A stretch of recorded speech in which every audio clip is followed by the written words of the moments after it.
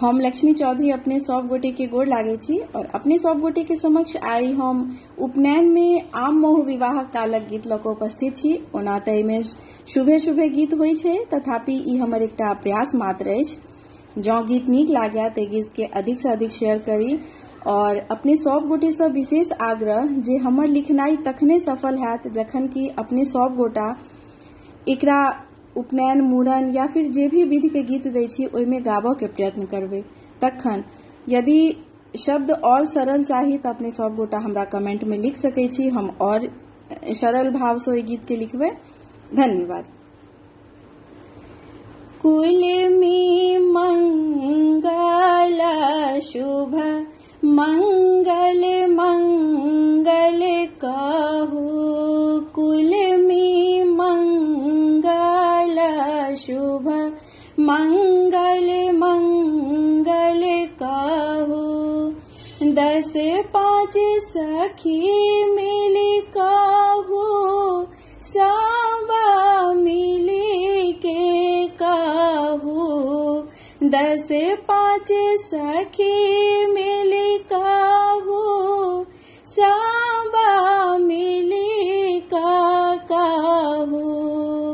कुल में मंगल शुभ मंगल मंगल कहू, कुल में मंगल शुभ मंगल मंगल कहू।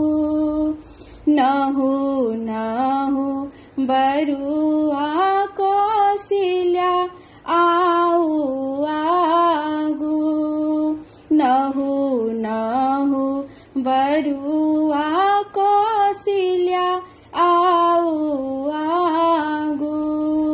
लिया अछिन जल बिरिछ के जुड़ाबू, लिया अछिन जल बिरिछ के जुड़ाबू।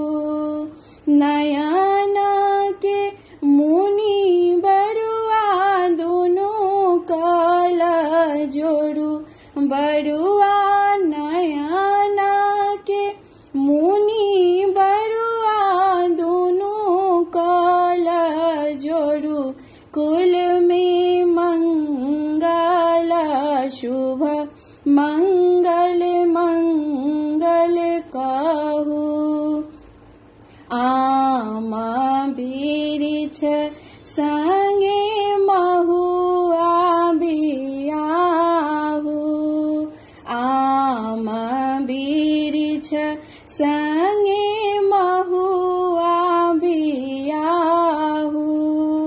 काचही डोरवाल बिरिछ बरुआ बान्हू, काचही डोरवाल बिरिछ बरुआ बान्हू।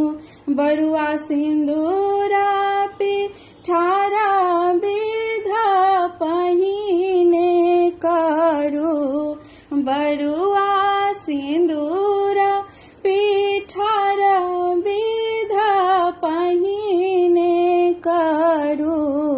कुल में मंगल शुभ मंगल मंगल कहू, कुल में मंगल शुभ मंगल